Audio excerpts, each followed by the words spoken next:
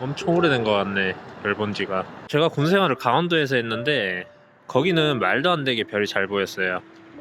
사실 그때는 매일 보니까 잘 몰랐는데 지금은 가끔 생각날 때가 있어요. 오늘은 별이 하나도 없네. 우리가 알고 있는 별들은 북극성을 중심으로 회전합니다. 더 정확하게 말하면 지구가 자전하기 때문에 별이 한 바퀴 도는 것처럼 보이는 거죠. 그리고 예전에는 이 별이 얼마나 회전했는지를 보고 시간이 얼마나 지났는지 대략 예측할 수가 있었죠. 별은 계속 움직이니까 사람들은 별의 위치를 좀 더 쉽게 기억하기 위해서 몇 개씩 그룹으로 묶기 시작했죠. 그리고 이게 그리스로 넘어왔고 신화 이야기들이 덧붙여지면서 지금의 별자리 전설이 생기게 된 겁니다. 저는 사자자리입니다. 그리스 신화에 관심이 없더라도 이 이름은 한 번쯤 들어봤을 겁니다. 헤라클레스. 네메아의 사자라는 아주 골치 아프고 포악한 그런 괴물이 하나 있었습니다. 그런데 이 사자 가죽이 워낙 두껍고 튼튼해서 어떤 칼로도 뚫리지 않았나 봐요. 아니, 샤프닝을 하고 칼을 써야 가죽이 잘리지. 안 그래? 뭐 어쨌든 이런저런 이유로 이 헤라클레스가 결국 이 사자를 잡으러 갑니다. 창으로 찔러도 가죽이 안 뚫리니까 결국 목 졸라 죽여요. 여기 있어. 그리고는 이 헤라클레스가 그 사자 가죽을 벗겨서 갑옷을 만들어 입고 다닙니다. 이거. 근데 아니 아까는 가죽이 안 뚫렸다면서 이건 어떻게 잘랐대? 나중에 헤라클레스의 아버지인 제우스가 이 업적을 기리기 위해서 그 사자를 별자리로 만들었다고 하는데 그게 바로 이 사자자리입니다. 무시무시한 네메아의 사자를 별자리로 만들어서 그런지 무섭게 생겼어요. 다크한 우주가 떠오르는 블랙 컬러의 가죽을 선택해보죠.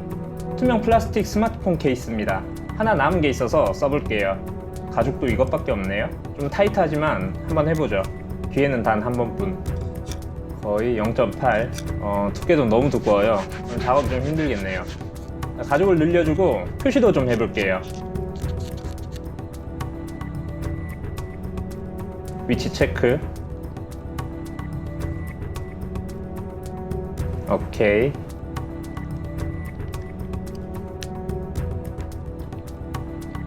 사자자리를 그려보죠. 이걸 투명 케이스에 옮겨줍니다.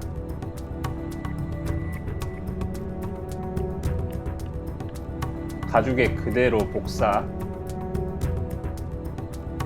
좋아요. 이제 타공할게요. 사자자리입니다. 사포. 전혀 다른 소재가 결합되기 때문에 밑작업을 꼼꼼하게 해야 돼요. 완벽하죠? 표시해주고 불박에 쓰는 호일입니다. 약간 매트한 실버 컬러가 예술이죠. 인두기고요. 팁을 좀 작은 걸로 바꿔볼게요. 온도 조절하고. 이걸 불박 기계에만 쓴다고 생각하는 건 완전 착각이죠. 자유롭게 별을 그려볼 겁니다. 요즘은 별을 보기 쉽지 않으니까 이렇게라도 봐야겠죠.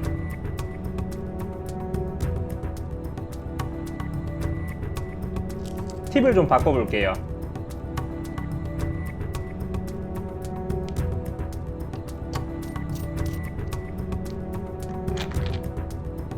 좀 더 가깝고 더 반짝이는 별도 있겠죠.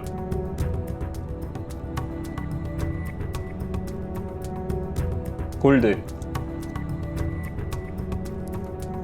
살짝만 넣어줄게요. 슬랙티브 테이프, 재기 반사 소재입니다. 말 그대로 빛을 반사시켜주는 거예요. 이 핸드폰 케이스의 사자자리를 더욱 빛나게 해줄 그런 마법 같은 소재죠. 테스트, 본딩. 핸드폰 케이스 제작에서 가장 중요한 과정입니다.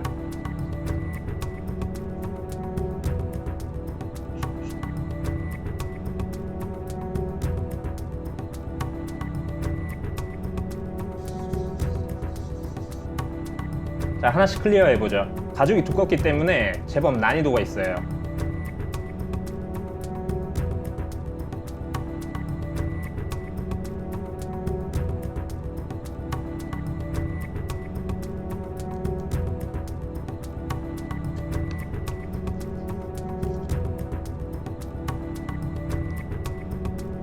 재단. 한 번에 완벽하게 자르지 않아도 됩니다.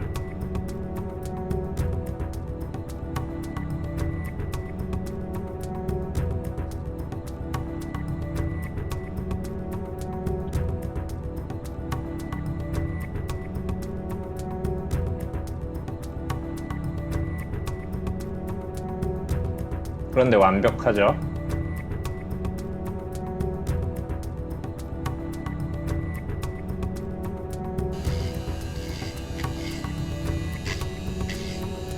타공,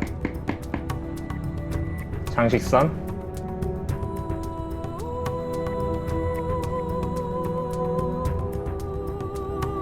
베이스 코트를 먼저 발라서 가죽과 플라스틱 사이의 틈을 막아줄게요.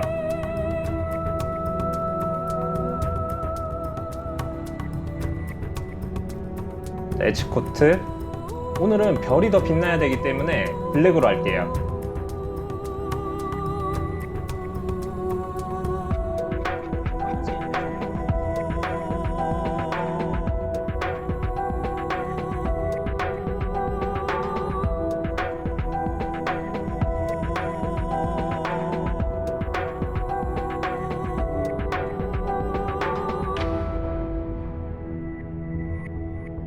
완성.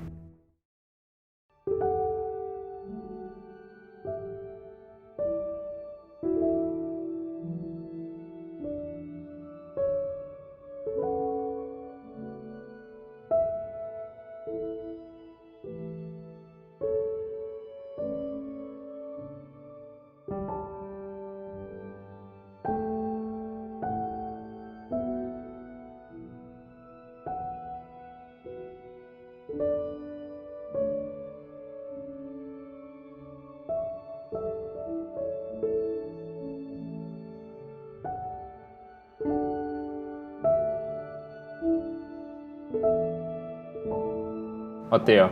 재밌는 작업이죠? 오늘은 여기까지고요. 다음 시간에 뵐게요. 끝! 됐지?